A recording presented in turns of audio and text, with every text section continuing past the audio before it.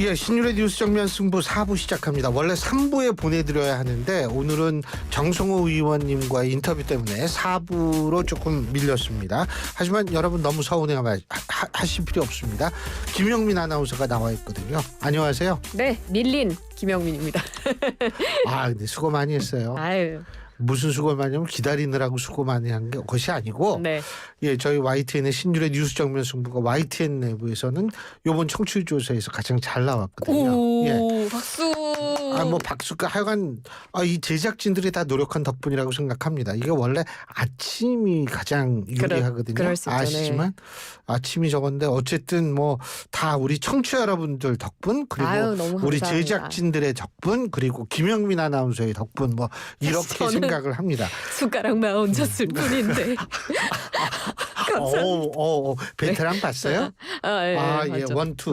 네. 예. 야, 요새는 그 투가 그렇게 또 투가 보통 흔히 성공하기 힘든데 투가 성공하는 경우가 심심치 않아요. 오징어 게임도 나름 선방했죠. 투. 저 솔직히 얘기할까요? 네. 1보다 2가 저는 훨씬 재밌어요. 진짜요? 네. 2가 3을 너무 궁금하게 만드는. 근데 다른 사람들은 전부 2가 좀 덜 재밌다는데 저는 2가 훨씬 재밌었어요. 정말요? 제가 좀 성격이 삐뚤어져서 그런가. 근데 어쨌든 뭐 우리 청취자 여러분들께 다시 한번 감사를 드리고요. 정치의 계절이 다가오고 있습니다. 저희가 최대한도로 여러분한테 정말 치우치지 않으려고 노력은 하는데 어쨌든 여러분들의 중요한 단순한 정보가 아니라 정치적 지식 그리고 정치적 사실을 전해드리도록 노력을 하겠습니다. 다시 한번 청취자 여러분들께 감사드리고요. 자, 첫 번째 얘기부터 해보죠. 오늘도 얘기 많이 했는데 공천 개입, 윤석열 대통령 부부의 공천 개입 의혹. 이거 결국 이제 명태균 관련 문제인데 네. 이게 서울중앙지법으로 이송이 됐죠. 네. 그죠? 뭐 제가 브리핑하기 전부터 많이 얘기하셨을 것 같기는 많이는 합니다. 안 했어요. 네. 잠시. 네. 창원지검에서 지금 명태균 씨 의혹 관련 사건에 대한 중간 수사 결과 발표했습니다. 사건 관련자들의 거주지도 물론이고 이 사건의 행위지도 서울이라서 해당 사건은 서울중앙지검으로 이송하겠다고 밝혔는데 다만 수사팀이 바뀌는 건 아니고 지금 꾸려진 수사팀이 중앙지검으로 이동을 해서 수사를 계속 이어갈 방침입니다. 옛날에 파견 다 했었거든요. 네. 그래서 이제 다시 올라오는 측면도 있죠. 그렇습니다. 창원지검에서는 지금 윤 대통령 부부의 공천 개입 의혹 그리고 공직선거 혹은 당내 경선 과정에서의 여론조사 결과 조작 의혹 또 여론조사 결과를 무상 제공한 의혹 이뿐 아니라 여론조사 비용 대납 의혹까지 다수의 고발 사건을 수사해왔는데 이제 중앙지법에서 이 사건에 대한 수사를 이어갈 방침입니다. 근데 김건희 여사 관련한 수사도 좀 입에 많이 오르내리는 모양이에요? 그렇죠. 아무래도 이른바 명태균 게이트라고 불리는 이 사건들을 본격적으로 수사하겠다라는 어떠한 신호탄으로도 보일 수가 있는 중간 수사 결과 발표였는데요. 네. 이게 사실은 윤 대통령 부부가 명태균 씨로부터 여론조사 관련한 도움을 받고 공천을 약속했다 이런 의혹들이지 않습니까? 그런데 윤 대통령은 사실 내란, 외환 혐의 외에는 불소추 특권이 있는 현직 대통령이기 때문에 지금 검찰이 수사를 할 대상이 자연스럽게 김건희 여사에게로 향할 수밖에 없다라는 해석이 많습니다. 실제로 언론 보도를 보면 언론과 인터뷰를 한 부장검사 출신의 한 변호사가 그동안의 수사를 통해서 나온 증거로 봤을 때 윤 대통령 부부의 공천 약속 정황 어느 정도 파악을 했을 것으로 보이고 이번 수사 결과 발표, 중간 수사 결과 발표는 김건희 여사를 수사하겠다라는 의지 표명으로 볼 수밖에 없다라고 관측을 했습니다. 실제 검찰도 김 여사에 대한 소환 조사가 필요한 입장이다라고 전해지고 있는데 다만 민주당 측에서는 왜 윤석열 대통령이나 김건희 여사 이름이 없느냐 라고 좀 비판적인 목소리를 내고도 있고요. 이 공천 개입 의혹에 오세훈 서울시장이나 홍준표 대구시장에 대한 내용도 담기지 않았다라고 비판을 하고 있고 김 여사에 대한 휴대전화 압수수색하고 출국 금지하라 이렇게까지 공세를 높이고 있습니다. 지금 추가로 재판에 넘겨진 인물도 있다고 그러죠? 네, 그렇습니다. 김영선 국민의힘 전 의원 물론이고 회계 담당자인 강혜경 씨도 지금 추가적으로 재판에 넘겨졌습니다. 강혜경 씨가 이 미래한국연구소 측이 김영선 전 의원으로부터 불법 정치자금 수수한 혐의 관련해서 공범으로 기소가 됐고요. 또 허위 정책 보고서를 국회 사무처에 제출해서 정책 개발비 2천만 원 편취한 혐의 등으로 재판에 넘겨졌습니다.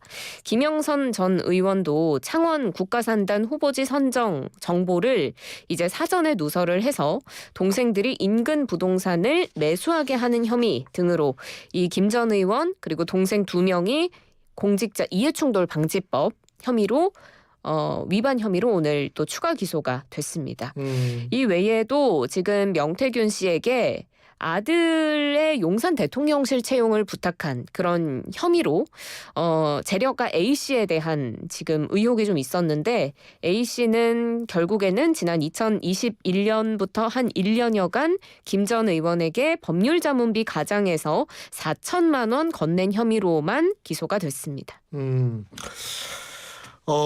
물론 여러 가지로 어수선합니다. 어수선한데 이런 문제가 사실 다시 불거지지 않도록 하기 위해서는 좀 철저하게 수사가 됐으면 하는 그런 바람을 갖고요. 또 안타까운 소식이 있습니다.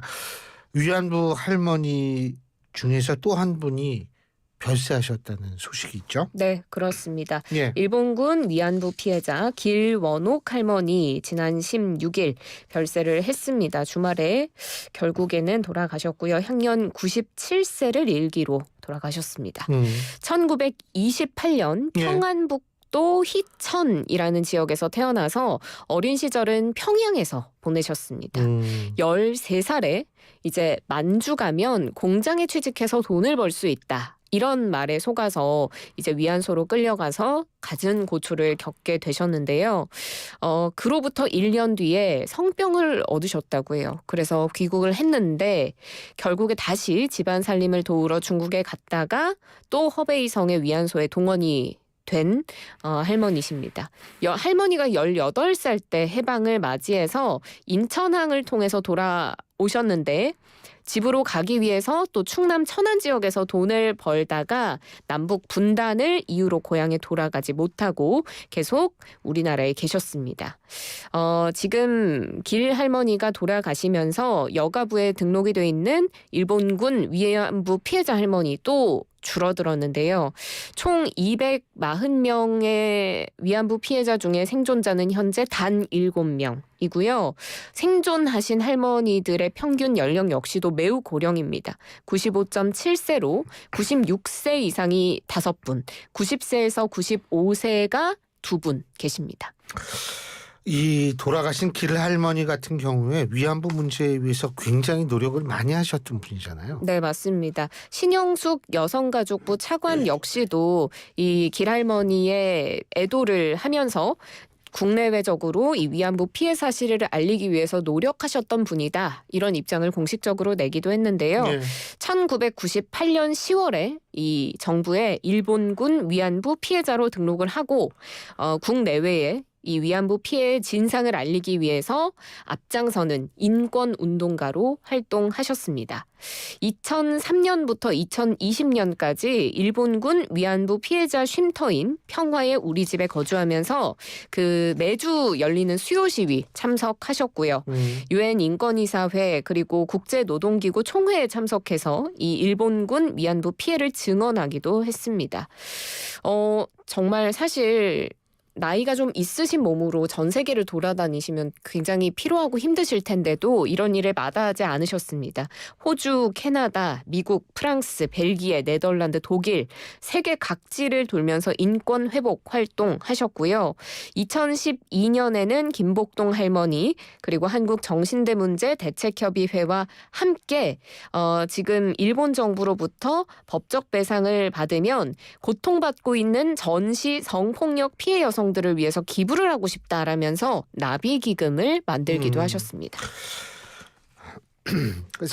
정말 고인의 명복을 빌겠고요. 제가 한 가지만 정말 말씀드리고 싶은 게 이분들이 자꾸 돌아가시고 계시지만 하지만 이분들이 남긴 것은 가장 중요한 것은 기억이거든요. 근데 제가 말씀드리고 싶은 게 나치가 학살한 것이 유태인만은 아니거든요. 집시들도 학살하고 이랬는데 이 찌고이너 집시라고 얘기를 하는 그분들에 대해선 사실 잘 기억들을 안 해요. 그렇기 때문에 왜 그러냐 하면 그거는 사실 여러 가지 역학관계 힘 뭐 여러 가지가 있을 수 있지만 가장 중요한 것은 우리가 기억하고 우리가 힘이 있어서 우리의 기억을 전 세계에 전파할 수 있다면 제가 볼 때 이분들 이 돌아가신 우리 할머니들의 어떤 그런 뜻이 반드시 다시 살아날 거란 생각이 듭니다. 자, 딥시크 얘기 안 할 수 없죠. 우리나라에서도 딥시크 서비스 중단된다 그러네요. 네, 그렇습니다. 그 딥시크 해봤어요? 저 안 해봤어요. 안 해봤어요. 네. 나도 안 했어요. 사실 이럴 때 이제 기술에 대해서 잘 모르는 제가 참 다행이다 싶기도 하고 뭐 이렇게 미리 써보는 경우도 있잖아요. 근데 전 몰라서 못 써봤거든요.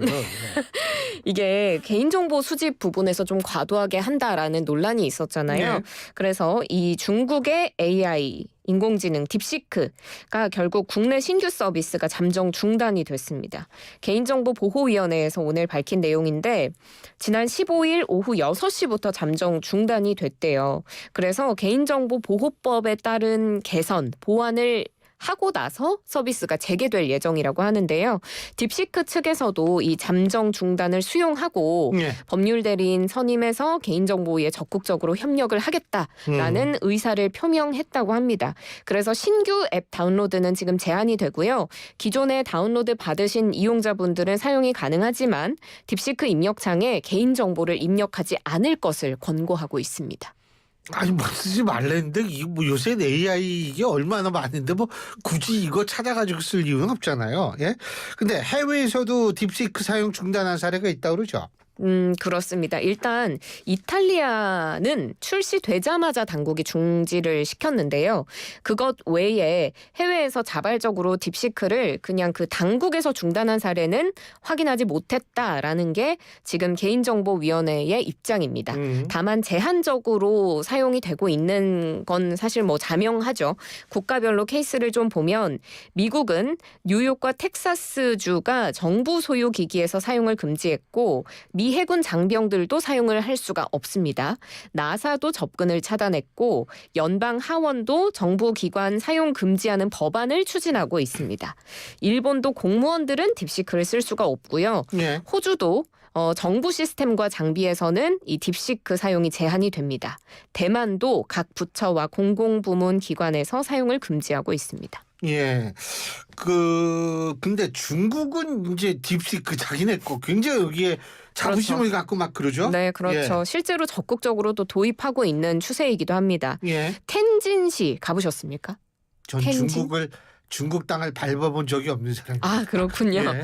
저는 안 가봤는데 저도 딥시크를 도입을 해가지고요. 여기 지금 텐진 AI 컴퓨팅 센터라는 곳이 있는데 여기에 이제 딥시크를 전면적으로 도입을 해서 AI 앱들을 훈련하는데 필요한 하드웨어 투자 비용은 반으로 줄고 예. 소요 시간도 30%나 단축이 됐다고 합니다. 비용적으로도 그렇고요. 예. 그리고 거기에 앞서서 중국의 실리콘밸리로 불리는 선전시 여기에서도 딥시크 모델을 도입을 해서 굉장히 효율적으로 일 처리를 하고 있다. 그리고 장수성 이쪽에서도 딥시크 모델을 사용하고 있다. 그래서 각 지역의 사정에 맞게 AI 모델이 활용되고 있다고 합니다. 예. 어쨌든 뭐 AI 없이 요새 살기 힘들 것 같다는 생각은 자꾸 들어요. 네. 오늘 말씀이 저 마지막으로 예. 이 보안 하나만 돼요. 해도 돼요? 아주 짧게. 네. 그 아까 허위 정책 보고서 국회 사무처에 제출해서 2천만 원을 편취했다는 것은 이제 김 전 의원과 강혜경 씨가 같이 있는 혐의인데 제가 이제 강혜경 씨 얘기할 때만 해가지고 잠깐 얘기했습니다. 이 정신 여러분 칭찬할 만하죠. 수고하셨어요. 네, 수고하셨습니다. 김영민 아나운서였습니다.